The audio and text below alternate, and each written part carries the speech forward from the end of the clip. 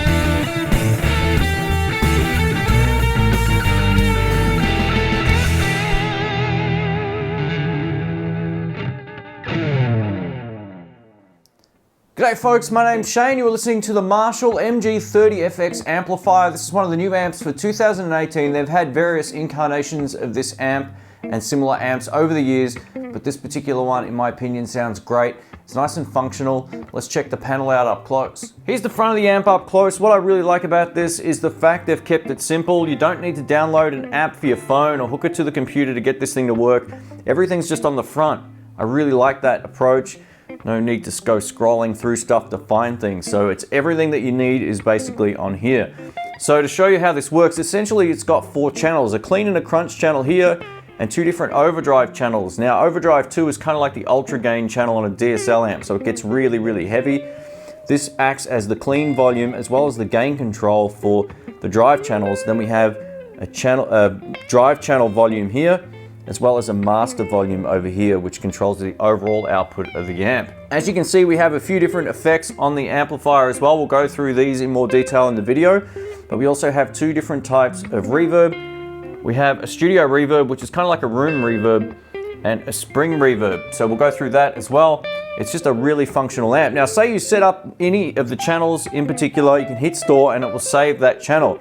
Then if you skip to the next channel, and you mess with the EQs and all that and then go back, it will remember exactly what you had. So you can essentially store your 4 favorite sounds of one of each channel just by hitting the store button, and then it will remember that irrespective of where you move the controls, or if you move the amplifier and it's turned off and all the controls are moved, when you turn it back on, it's going to sound exactly as it did before. So I think that's really, really cool. This amp's loaded with a 10-inch speaker on the front, and it's rated at 30 watts as well. On the back, it's a closed back cabinet, much like most Marshall stacks. They're all kind of like the closed back thing. And I've got to say, this holds the low end extremely well.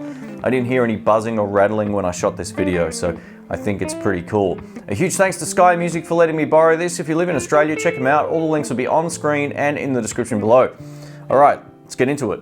All right, let's kick this off. I'm playing my Tokai Love Rock electric guitar. I'm going to start on the clean channel of the amp with no other effects than just a little bit of reverb.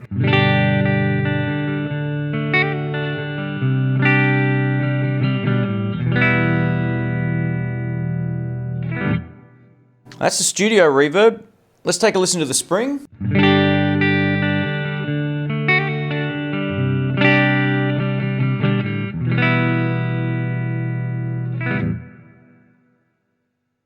Sounds pretty cool. I really like the studio reverb. I think that sounds great. Now, if we want to save that particular setting, or if we want to mess with the EQs and then save it, simply hit store. And then if we change channels and then go back to the clean channel, it's going to sound like that, irrespective of where any of the controls are or if we moved anything. So that's pretty cool. Let's try the crunch channel. Put the gain and the bass and the mids and the treble all at 12 o'clock to start with. Here we go.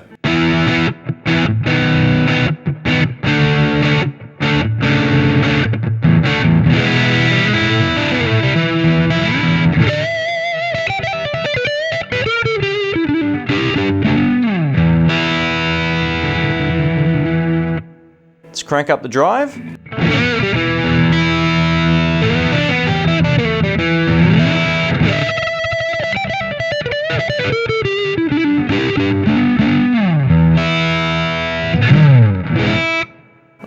right, so if we want to add some delay, we can use the effects knob over here.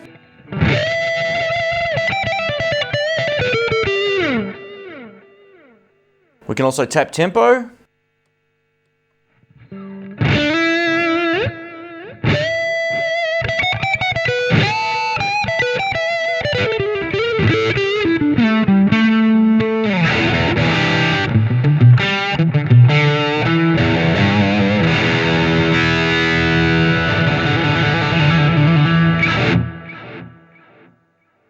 Huge, man. That's pretty cool. Over to Overdrive Channel 1 on the amp now. Let's give this a shot. I've turned off all the reverb and delay for the moment.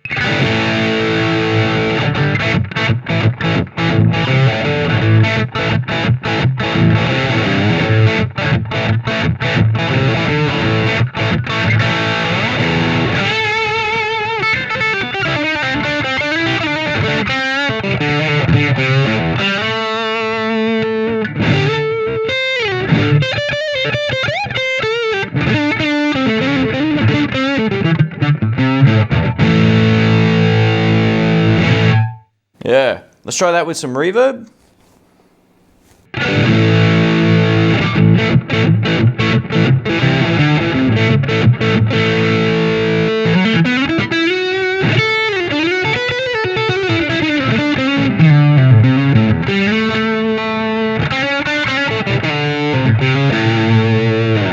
Sounds really, really musical. Now the top end's really touch sensitive, so you don't need much, or you don't need to add much to get a whole lot more.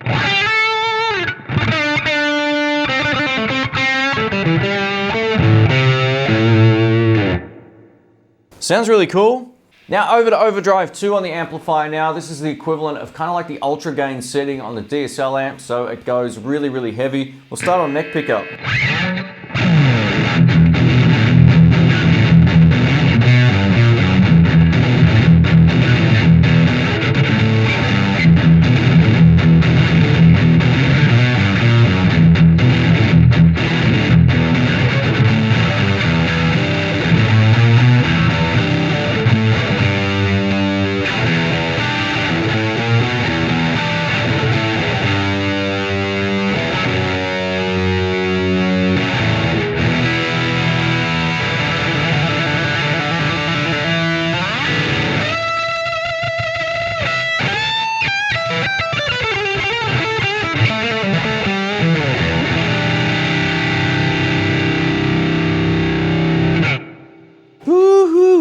Back to the clean channel on the amplifier now. I'm going to go through some of the effects, starting with some chorus. Here we go. Let's give this a go.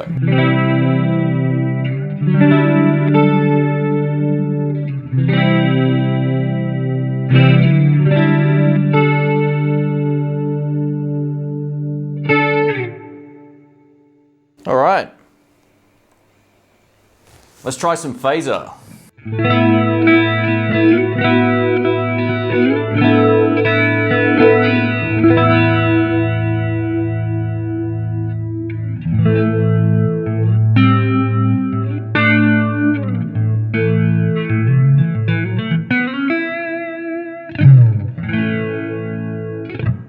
Nice.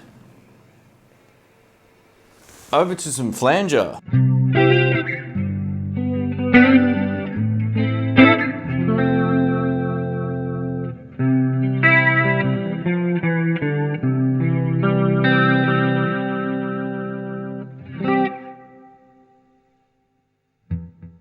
Over to some delay. Let's give this a shot.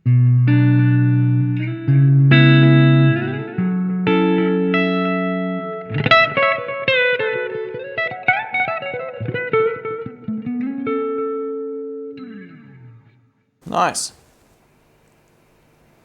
And now over to the octave setting. I think this sounds best on the dirty channel, but we'll try that in a sec. This is how it sounds clean.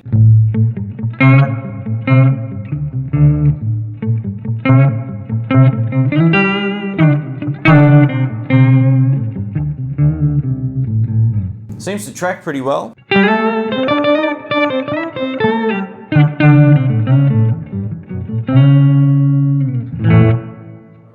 Let's try that with some dirt.